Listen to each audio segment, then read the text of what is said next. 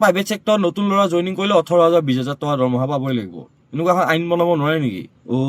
কোন লিভিঙত থাকব, কোনে কেইটা বিয়া পাতব, কোনে কি মাংস খাব, এইবোৰ হৈছে আইন।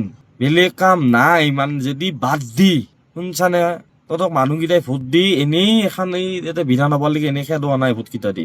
অলপ ভোট দিছিতো, অলপমান মাথাটো লগাও। আমাৰ যে নেতা পালি নেতাগিলা এইবাৰ ইলেকশ্যন জিকাৰ পিছত কিয় মাথা মাৰি আছে চাইছো। লিভিং, বিয়া, মাথা মাৰছো ভাই বেলেগত। কোন লিভিঙত থাকবো, কোনে কেইটা বিয়া পাতবো, এইগিলা চৰকাৰে ক'বা নালগেতো। এইগিলা চৰকাৰৰ কাম নহয়। চৰকাৰৰ কাম কি হৈছে জানে? এই ল'ৰা ছোৱালীয়ে ক'ত কাম কৰি আছে, প্ৰাইভেট চেক্টৰত কাম কৰিলে এটা ল'ৰা ছোৱালী দৰমহা কিমান পায়, ইনক্ৰিমেণ্ট ইয়াৰলি কিমান হয়, এইবোৰত মাথা মাৰিব নোৱাৰে নেকি চৰকাৰখনে? এজন ল'ৰা ছোৱালীয়ে যেতিয়া পঢ়া শুনা কৰি যেতিয়া প্ৰাইভেট চেক্টৰত কাম কৰিব যায়, দৰমহা পায় 10,000, 8,000, 7,000 এনেকুৱা দৰমহা পায়। কিছুমানতো 5,000 দিয়ে মাহতো কাম কৰিলে।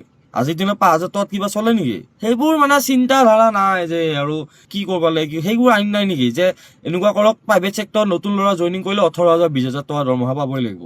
এনেকুৱা এখন আইন বনাব নোৱাৰে নেকি? কোন লিভিঙত থাকব, কোনে কেইটা বিয়া পাতব, কোনে কি মাংস খাব, এইবোৰ হৈছে আইন। বেলেগ কাম নাই। ইমান যদি বাদ দি শুনছানে, তহঁতক মানুহকেইটাই ভোট দি এনেই এখন এই বিধানসভালৈকে এনেই খেদোৱা নাই ভোটকেইটা দি। অলপ ভোট দিছিতো, অলপমান মাথাটো লগাও।